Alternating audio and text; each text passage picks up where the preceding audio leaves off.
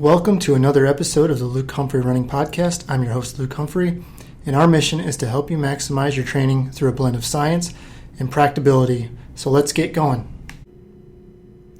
All right, hey guys, it's Luke, and I am recording this on Monday, the 21st of December. So I just want to wish everyone a Merry Christmas and a Happy Holidays.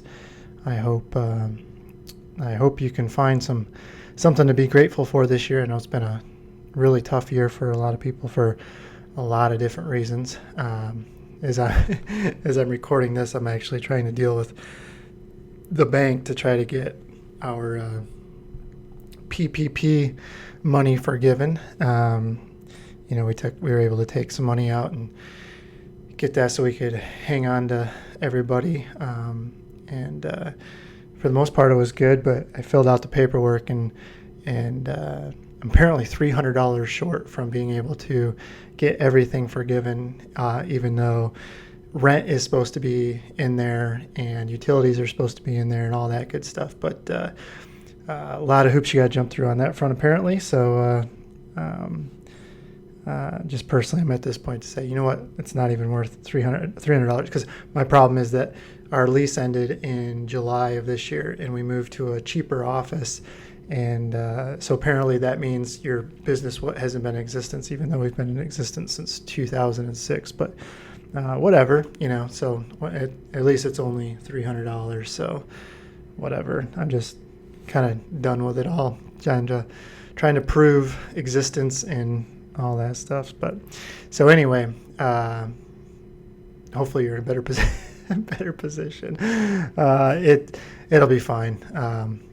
But it's just more annoying than anything. And apparently I guess my biggest thing is the lack of compassion. This lady's on my case to send her something right now, but I'm trying to coach and trying to do school with my daughter, make sure she's online and doing what she's supposed to. And she wants everything right now. And it's pretty clear she wants it now because she's going on Christmas vacation. So apparently it's her schedule. Anyway, that's what the most annoying part is. All right, so done ranting. Let's talk about, today I want to talk about, are your easy runs too easy? Ooh, I know, it sounds counterproductive because I'm always saying slow down on your easy runs. But let me jump into it and talk about how this post came into existence. So I recently made a comment on my Strava log. You can find me. What am I, Luke Humphrey? I don't even know. Look for me. My profile picture is the cover of the book, so you can find me. I'll look right now.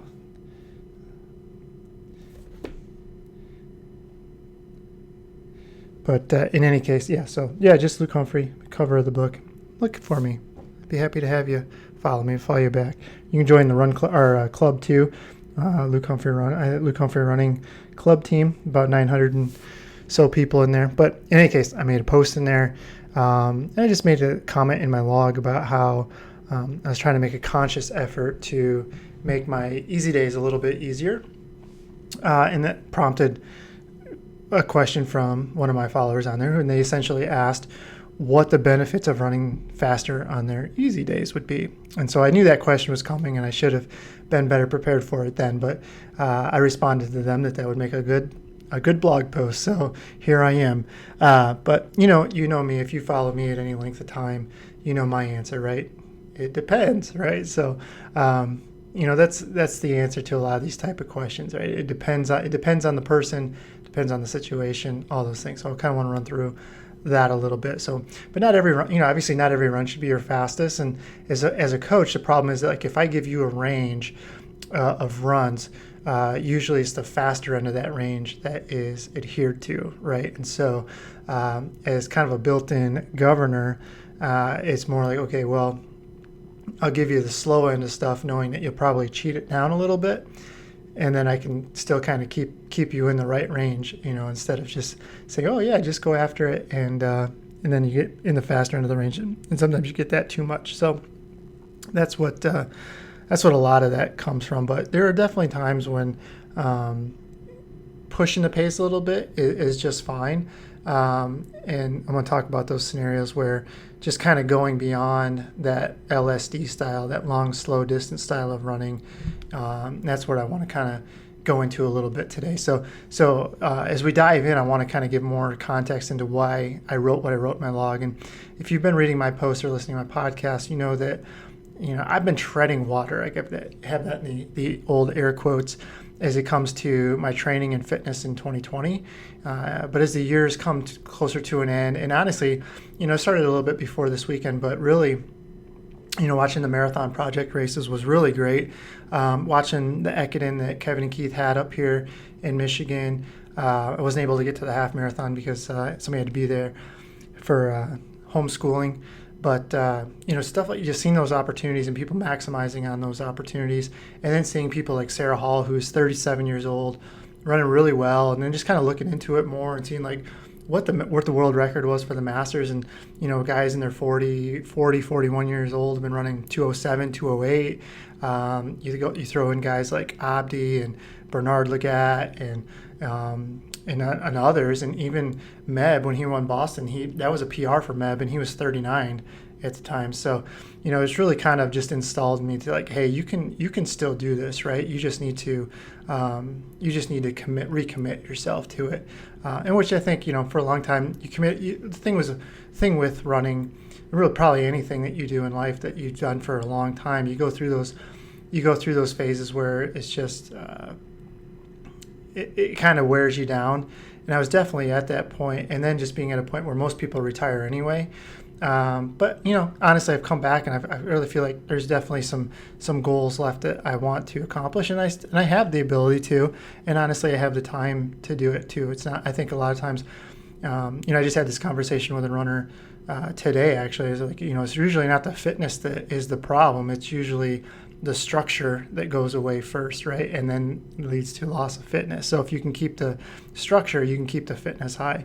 But in any case, prior to 2020, the vast majority of my easy runs were under 7 minutes a mile. And when I was running my fastest, I would say most of my runs, I'd say easy, I use that term loosely, were more like in the 6:30 range. And so, now I'm looking at it in most of 2020, they've been more like, I'm going to say at least 7:15 pace. But I look back because I really want to take an honest assessment where I'm coming from to really know what I actually have to work on moving forward to get back to where I want to be, right? And so you have to know your history before you can move on to your future.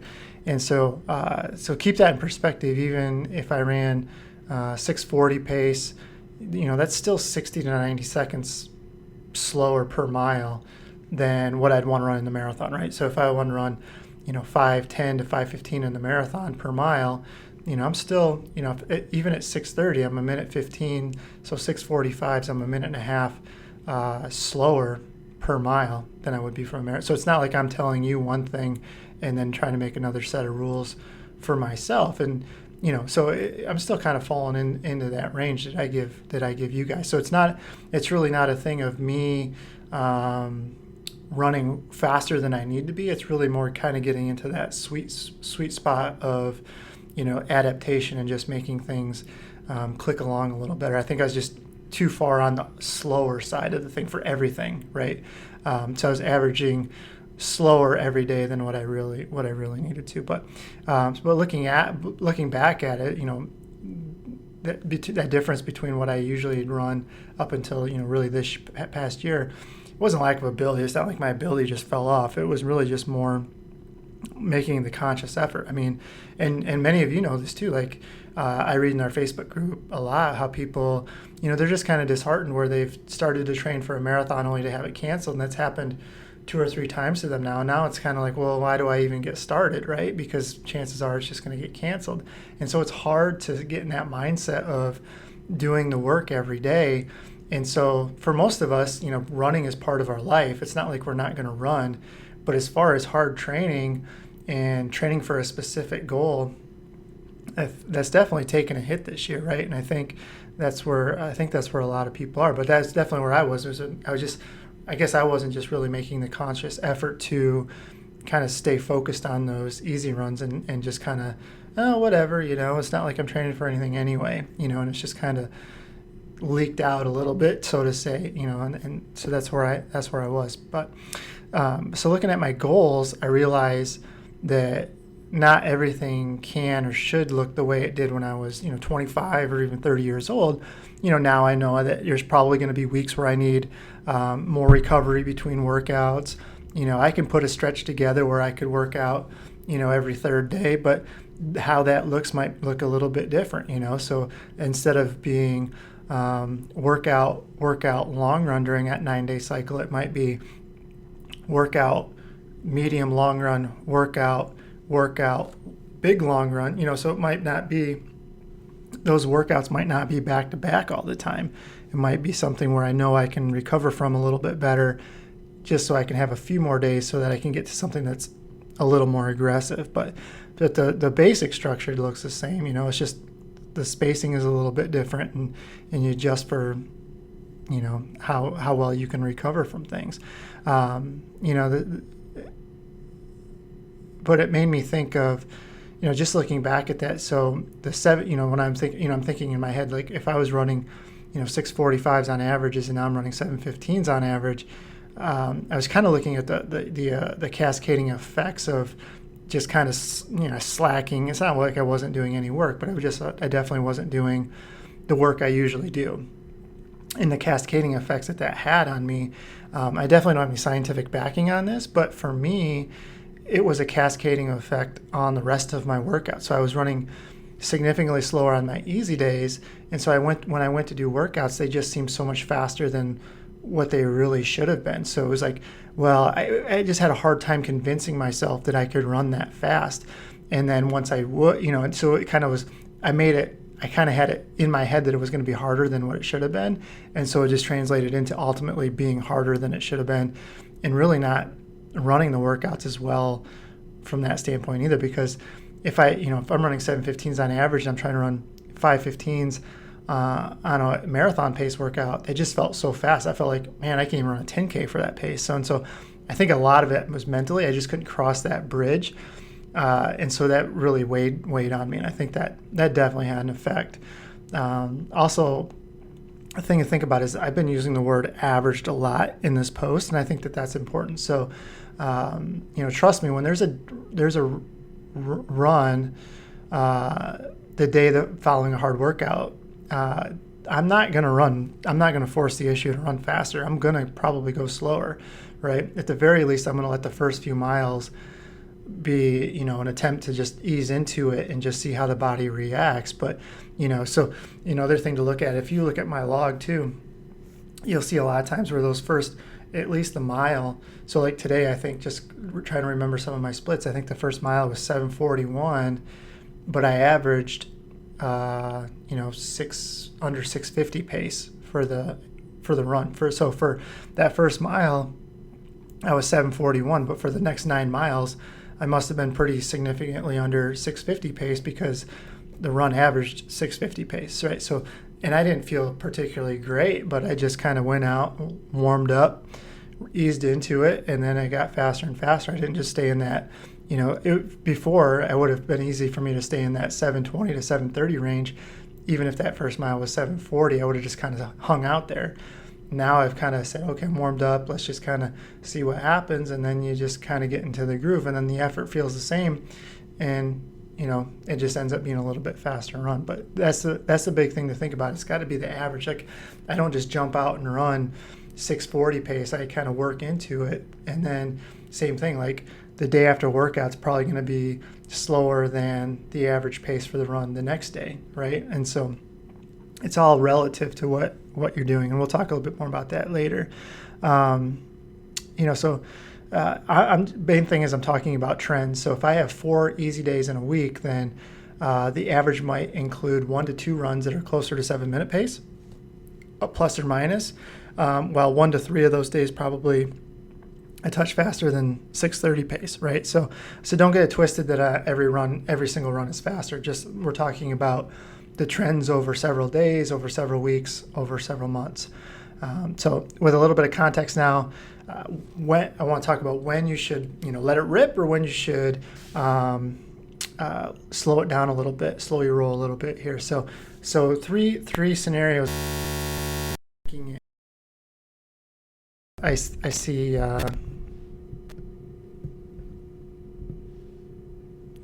I see that. Oops, sorry, I had a little mix up there. All right, so hopefully you can still hear me pretty well. But three scenarios I see when you decide to crank it up. All right, so when you take more easy days between workout days, SOS days, for instance, if you use a 9-day cycle or an alternator type of setup, I think those are the two main scenarios where you'd see a little bit more spacing between workouts. Second one, if you have gotten faster in races, but your easy paces have stayed the same, and especially to say you've made a lot of improvement over the course of a couple of years, and now you're running at a certain level, but your easy runs are still on the slower side of things, and you've kind of plateaued out. That might be an instance to maybe increase the pace on those easy days and see if that changes anything. And then the third one is if you're forcing yourself to slow down. So the second one's more out, I guess, loosely would say faster runners. This third one would be more for maybe the 4 to 5 hour range people, maybe even north of 5 hours a little bit. But if you're forcing yourself to slow down to be in the range and it's causing gait change. So if your gait now is not natural, I see a lot of people who almost look like they're trying to decide if they want to run or they want to walk fast. So that's at a point where you're probably too slow. You want to just kind of get into where you're at a natural running stride. And in that case, then I would just focus more on running in a natural stride and increasing your general endurance. And the pace will be what it is. It's almost kind of like if you're in between like a run walk, right? So if you want to do a run walk where you run a little bit and then you walk a little bit and the pace averages out to where you're supposed to be, that's always an option too. But those are the three areas I would say probably makes the most sense to crank that up a little bit.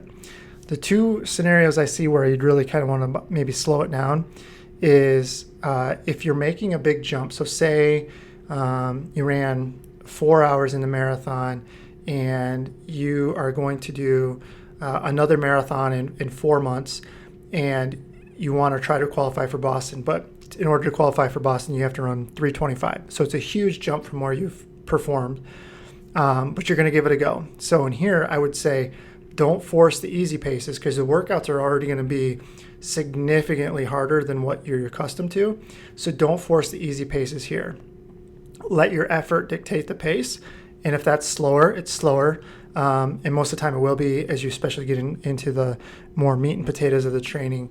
That easy pace is just naturally going to be slower. So, and it might not line up with where you want to be given that new goal time, but that's not the concern right now. Being able to hit the workouts is primarily your concern. So the easy days, just let them be what they are. You're still building the aerobic fitness. It's not a huge deal. You're trying, you've got to make that, in that case, the recovery is much more important than the pace of the easy run. And then the second one is you've tried increasing your average paces, but now your workouts are suffering. So your workouts were where you wanted them to be. And so the next step was like, okay, I'm going to try to increase the pace of my easy runs. Okay, so you did that for a few weeks, but now your workouts are starting to slow down. That's probably a sign that easy days are probably a little bit too tough, right? So let's scale those back again, and then make sure the workouts are going the way you want them to go to.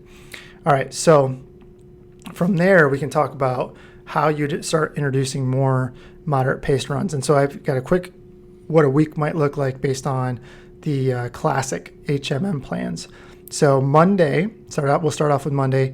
I would say recovery to easy pace. For most people, the recovery pace is really slow, and you kind of get into that range of where the stride isn't natural. So I use that term loosely. Most people, it's more on the slower side of the easy range. But just because the reason I say that is because you're just coming off a bigger weekend of mileage and probably more effort, especially if you got after it on the long run. And you have a workout on Tuesday, so you have that Monday that's really a recovery day that's bridging the gap between two bigger days, right?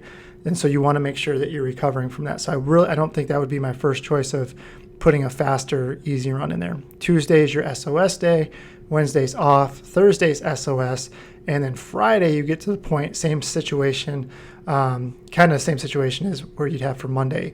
You've just done a bunch of work. We want to make sure we're recovered, and you're probably going to be tired from doing it Tuesday and Thursday, because a lot of people, that off day is almost worse for them, because it might almost makes more sense to run like 20, 30 minutes just to shake your legs out. Come back, do that Thursday workout. But in any case, you've just done 2 workouts in 3 days, right? And so let Friday be a slower recovery run. Then Saturday and Sunday are your 2 bigger mileage days, right? So Saturday, maybe you go from, so Friday, say you went more like slower end of easy into that recovery zone. Let Saturday be kind of the flip of that, go into easy to moderate. And so it's a little bit faster than Friday. And then Sunday, you go faster still, right? So you go back and then you want to be in the moderate to long run pace range. And that works out really well. And then you start that cycle back over where Monday is going to be a slower, making sure you're recovered from the long run and make sure you're ready to go on Tuesday, right? And so you just keep repeating that cycle, and that works out pretty well. All right, so over time you might find that your natural pace on your easy runs just becomes faster. Sometimes we just have to convince ourselves first, and then the body takes over. If so, just let it roll. If that's what's naturally happening, don't force. There's not necessarily have to force yourself down, unless you get to one of those 2 situations where you're trying to run a really big PR, and the workouts are already tough enough, or now your workouts are suffering because your easy paces are faster, right? And then back it down. But over time, that'll become less and less and less, and then it'll just naturally be a little bit faster. And for me, it was a matter of convincing myself that I could still train pretty close to what I had to in the past. And for you, it might just be convincing yourself that you're ready to take the next step. But either way, long term, this can lead to bigger breakthroughs. And given that you monitor data and physiological feedback, right? So you're taking the data, but you're also taking into account how you feel, how you're recovering. Is your body reacting well? You're tired, but you're still able to do everything. All those things have to be taken into account. So I see so many times people just say they want to look at the numbers, but they don't want to take the feedback from your body too. You have to take all of it and put the whole puzzle together, right? But lastly, I think it just adds a little bit of variety. If you find yourself bored on easy days, that day after a couple hard workouts in a relatively short period of time, it's a welcomed break, right? And then you start feeling better. And then those moderate pace runs, you really you focus a little bit more. And I like those because you're forced to think about what you're doing, and you're forced to think about things like how you're feeling, how your body's reacting, how the pace is. Are you too fast? Are you too slow? And honestly, I think those things carry over into race day as well. And I think those are big benefits to have. So ultimately, even on those easy days, you can learn stuff that's going to help you on race day as well. So sprinkle them in. I'll give you a loose timeline of how to do that.